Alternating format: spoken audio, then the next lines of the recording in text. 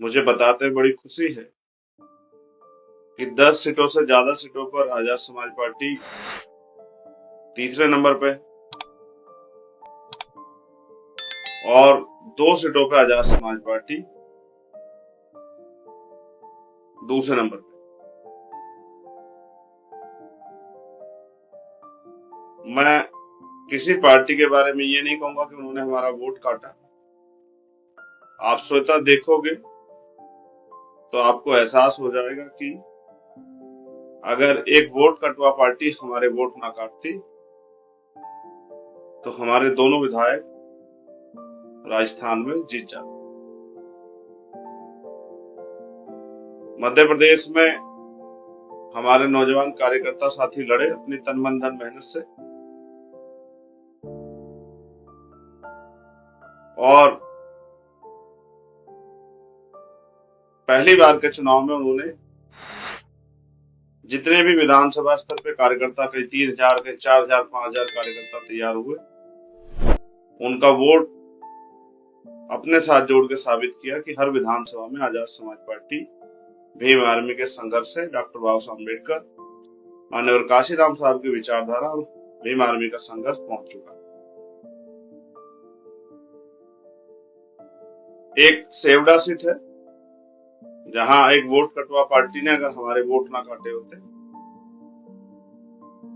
तो वहां भी आजाद समाज पार्टी का खाता खुलता। हमारे साथी भाई दामोदर वहां से विधायक, क्योंकि परिणाम जब आपके फेवर में नहीं आते तो आप निराश होते हैं। ऐसा मेरे बहुत सारे साथियों द्वारा मैसेज के माध्यम से मुझे भेजा गया कि हमें जो आशा थी उसके अनुरूप परिणाम नहीं आए। कबीरदास जी कहते हैं कि मन के हारे हार है, मन के जीते जीत। और माननीय काशीराम साहब कहते हैं मान लो तो हार और ठान लो तो जीत। तो उत्तर प्रदेश में जिस पार्टी का जन्म हुआ, एक गांव से जिस संगठन ने संघर्ष करना शुरू किया, 3 साल की एक पार्टी जो 100 साल की पार्टी को टक्कर देते हुए, उनको पीछे छोड़ते हुए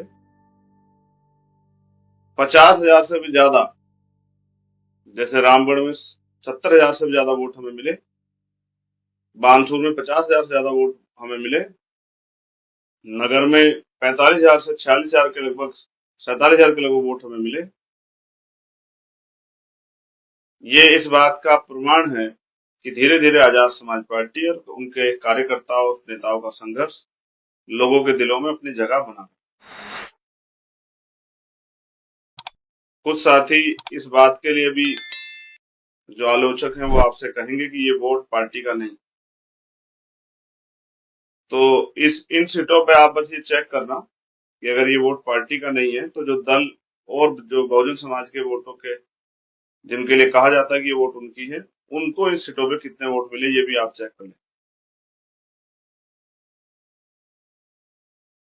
अगर वो वोट उसी दल को मिले होते तो ये माना जाता कि ये प्रत्याशियों का व्यक्तिगत वोट हो सकता है। हमारे प्रदेश अध्यक्ष 10,000 के लगभग वोट लेके गए, महुआ पे हम लोग 10,000 प्लस वोट लेके गए, दौसा पे हम लोग 10,000 प्लस वोट लेके गए, चेतारण पे हम लोग 30,000 के लगभग वोट लेके गए,